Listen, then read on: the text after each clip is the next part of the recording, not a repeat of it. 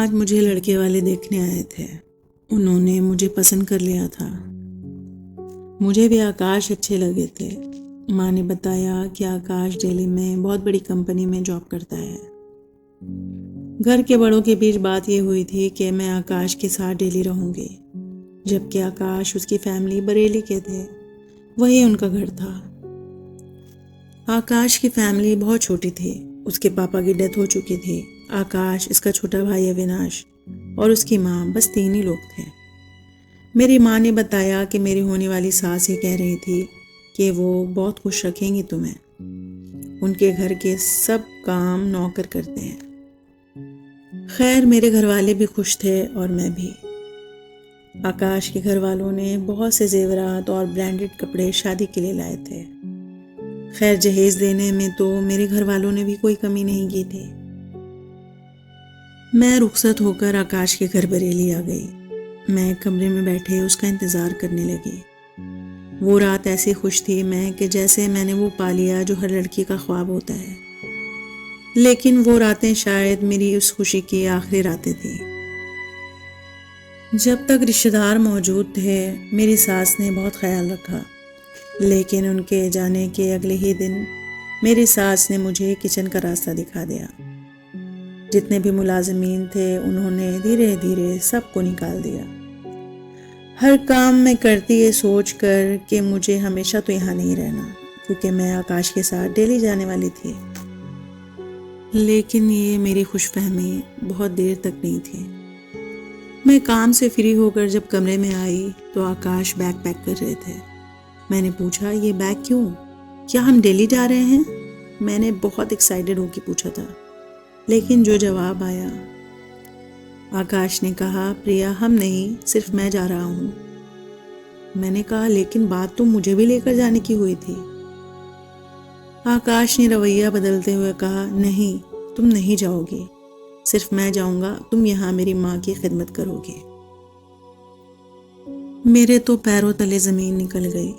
मैं कोई बहुत तेज लड़की नहीं थी जो अपने हक के लिए बोल सकती। मैंने इस बात का जिक्र अपने घर वालों से भी नहीं किया था, क्योंकि मेरे पास फ़ोन नहीं था। जब घर के फ़ोन से मैं अपने घर पे बात करती तो मेरी सास जो कहने को बोलती, मुझे बस वही बोलना पड़ता था। वो कहती थी, कह दो कि तुम्हारा दिल नहीं करता तुम्हारे घर जाने को, और तुम बरेली में बहुत खुश हो, और दिल्ली भी तुम अपनी मर्जी से नहीं गई, वगैरह वगैरह।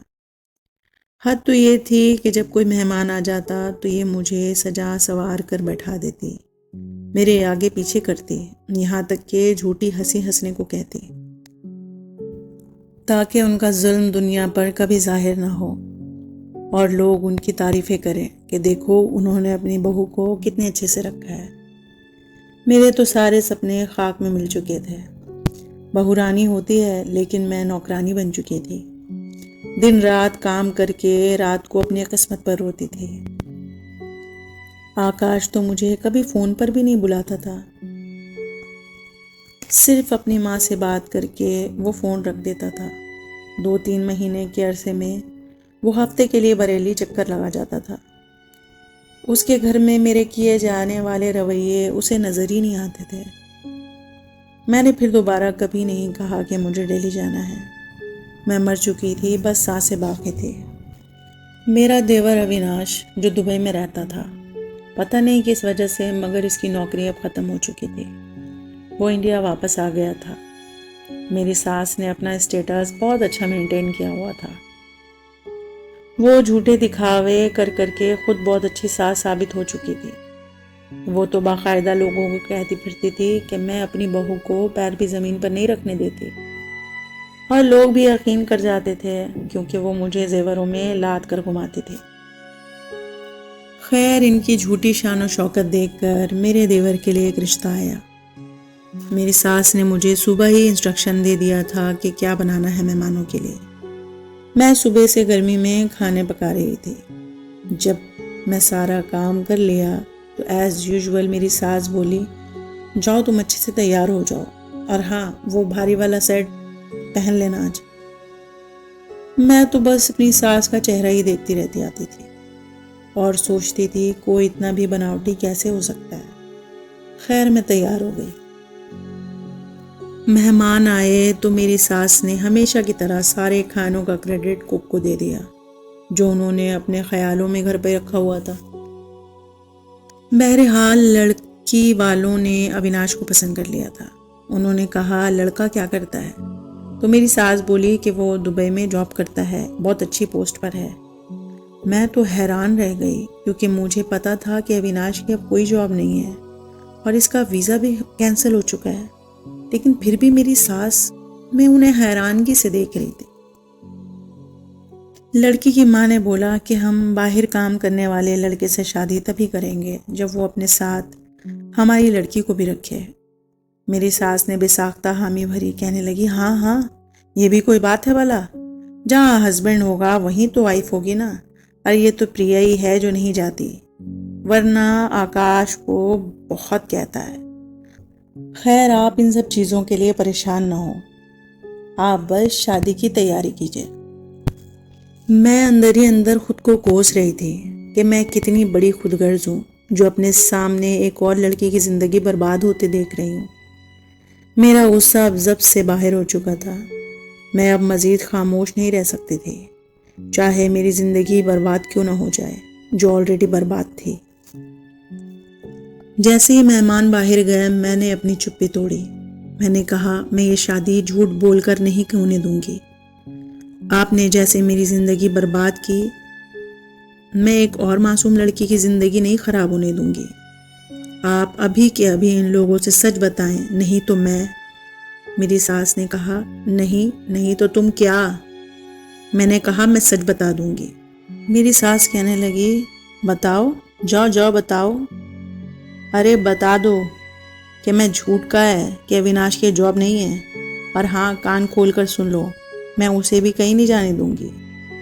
एक बार शादी हो जाए उसके बाद तो मुझे पता है इन लोगों से कैसे बिजनेस के लिए पैसे निकलवाने हैं। मैंने कहा मैं जीते जी हरगिज़ होने नहीं दूंगी। मेरी यह बात सुनकर आकाश ने मेरे पर हाथ उठाया। जैसे ही आकाश ने मुझे मारना चाहा, उसका हाथ किसी ने आकर पकड़ लिया। वो कोई और नहीं था, वो लड़की की माँ थी।